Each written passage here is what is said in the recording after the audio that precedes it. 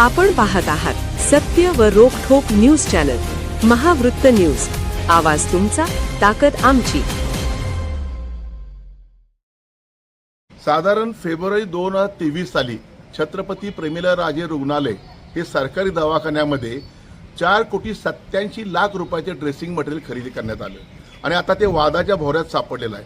कारण शासनाने या संबंधित शंका आल्यानंतर समिती नेमली आणि समितीच्या लक्षात आलं की ह्यात फार मोठा गैरव्यवहार झालेला आहे आणि अनियमित आढळलेले आहे.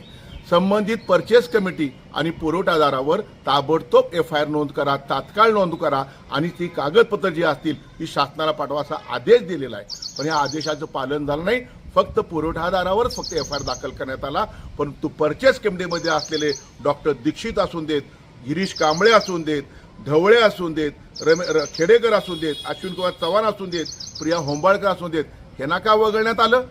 शासनाचा आदेश दिलाय त्या आदेशाचं पालन करणं संबंधित वरिष्ठांचा अधिकाऱ्याचं कर्तव्य आहे, परंतु पाळलं गेलेलं नाही.